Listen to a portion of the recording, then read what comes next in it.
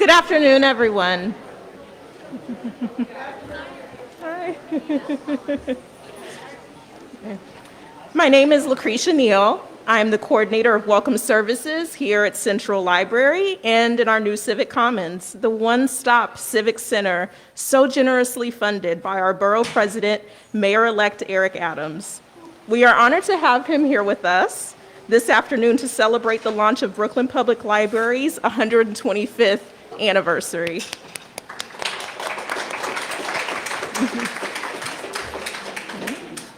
We're also delighted to have the new chair of Brooklyn Public Library's Board of Trustees, Nina Collins, with us today. Nina is the Chief Creative Officer of Revel, a community platform for women over 40 and funded by the Wolfer, which Revel recently acquired.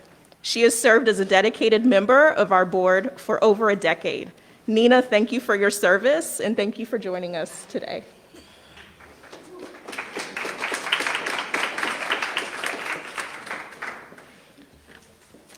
Hi, everyone. Thank you, Lucretia.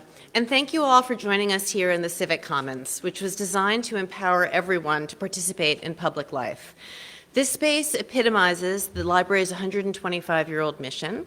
It's where Brooklynites come to use computers and reliable Wi-Fi to search for jobs, build businesses, complete homework, and connect with loved ones.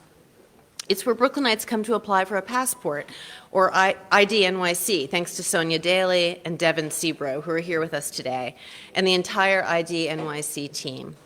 And in the future, it's where Brooklynites will gather for workshops hosted by our many partners, whether it's the Brooklyn Voters Alliance, the Immigrant Justice Corps, the New York City Department of Health, the Brooklyn Pride Center.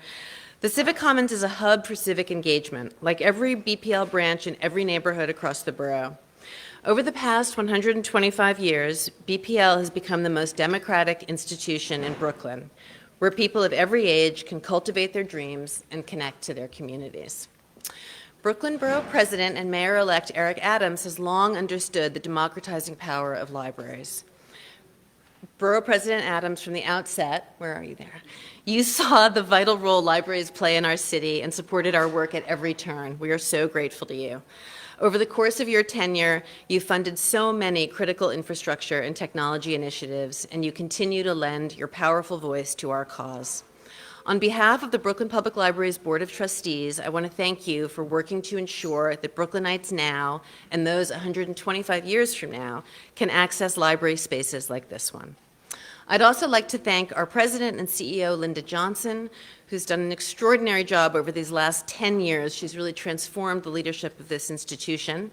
While honoring BPL's 19th century mission, Linda has put forth a bold vision for the 21st century. Thank you, Linda.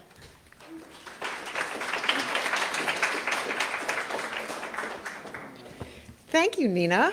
Pleasure to have you as our new chairman, and we're excited and grateful that former chairman Susan Marcinick is here, and we're thankful for her legacy and leadership. The library is fortunate to have such an active board of trustees, including, I think I saw Michael Liebert, Christina Tatonis, Chad Dickerson. Thank you all for coming today. After the last 2 years, all of us, the library board, every member of our staff, our dedicated partners, deserve something to celebrate. So I couldn't be more excited to kick off a year-long celebration of Brooklyn Public Library's 125th birthday.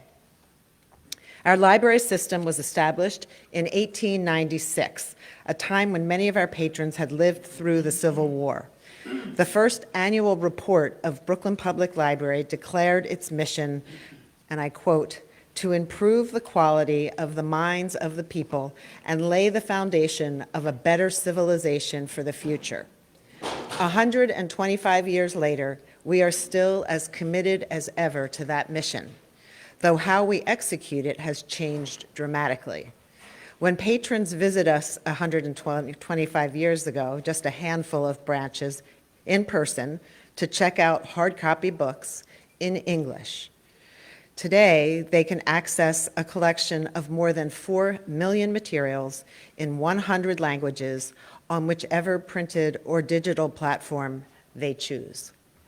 Brooklyn Public Library has 61 branches one in every neighborhood across the borough, outreach sites at jails, shelters, and schools, a fleet of bookmobiles, and thanks to our borough president and mayor-elect, a brand-new techmobile that can travel wherever it's most needed to boost access to the internet and provide other essential technology services. While Brooklynites still rely on the library for books, they also rely on us for technology. We strive to ensure everyone in our borough is digitally literate and has access to reliable Wi-Fi, computers, printers, and more, so that they can complete their homework, search for jobs, grow their businesses, make vaccine appointments, please, file their taxes, and much more. Our borough president and mayor-elect has long understood the importance of digital literacy and digital equity.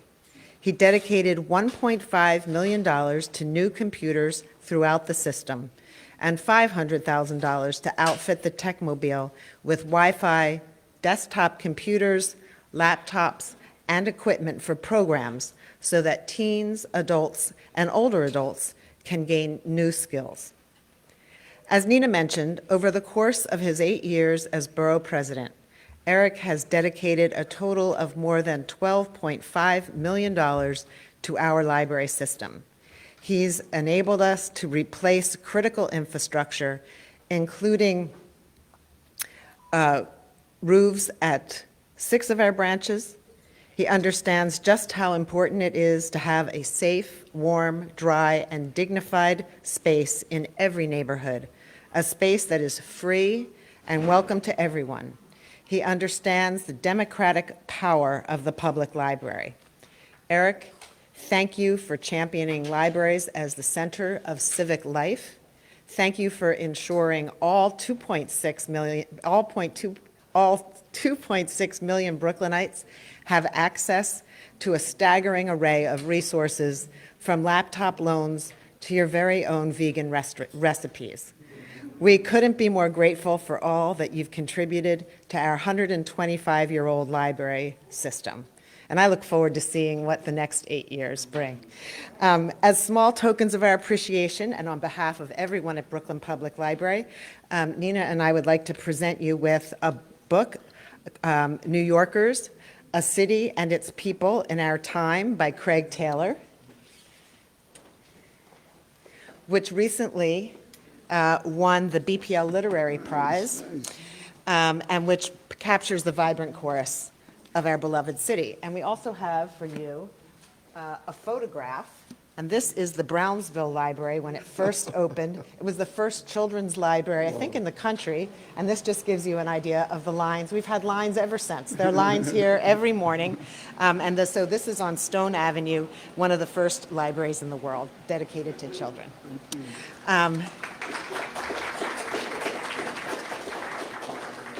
So thank you for your commitment to the children of Brooklyn, to our teens and adults and older adults, and thank you for helping us lay the foundation for a better future for the next 25 years, 125 years. Thank you so much, Linda. You know I am a Linda fan. She's just amazing, and I took a lot of guidance from her throughout my 8 years as borough president.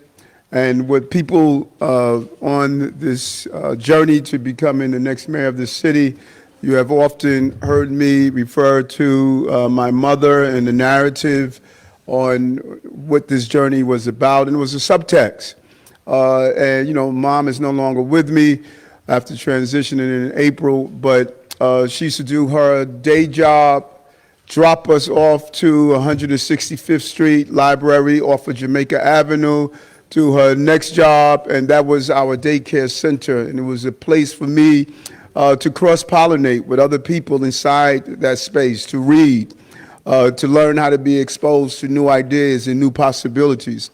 And so some people may look at this branch and the branches that you have built out as just buildings with 4 walls, and they're not. They're far more than that. As I was speaking to some of the gentlemen that are here looking at the computers, when you're in a city that segregates with broadband, when you're in a city that segregate with clean spaces, when you're in a city that segregate access to just basic information based on your zip code or your ethnicity or your economic status. Libraries and institutions like this, I believe they tear down those walls and they expose people to the opportunities that they deserve. You have done an amazing job. You've taken your upbringing and stated that I'm going to make sure every New Yorker is exposed, every Brooklynite is exposed to what you have experienced. And I thank you for that. This is an awesome task. We need to look at the equalizers and make sure that we bring them up to scale. Libraries are the equalizers. No matter who you are, you walk through that door, no one is asking you for your immigration status, no one is asking you to see your W-2 form, no one is asking you to see your college degree. You come through this door, you can be a businessman, a baker, or someone that's in a homeless shelter. You're treated with the same level of dignity and respect. Our transportation system, equalizer. Once you swipe that Metro card, you're on that same train. If it's stuck in the tunnel, I don't care who you are, you're stuck also. That is a great equalizer. Hospitals, equalizers. It doesn't matter who you are, we're going to take care of people in their health. But this system here is an equalizer that also stabilizes what we believe is important. 125 years of being here and building out, and we're going to do so much more in the next 8 years. What Linda and the vision that she has here and other librarians throughout this entire city is how do we move the system into the 21st century? How do we have spaces like this with municipal ID, NYC card program? How do we make it sure that it's cyber secured, protected, so that we can use my city plan, one card that allows us access to all the services? If we have your data and we know you are eligible for WIC, eligible for DREE and SCREE, why do you have to navigate government to sign up? Why don't we sign you up automatically so you can have the dollars you need and put it into our economy? And we could do that right here in the library. Signing up for your passport, right in your local area, being able to come in to a safe space, you're comfortable with entering, and you can get your passport right away without going downtown or going to the post office or other locations.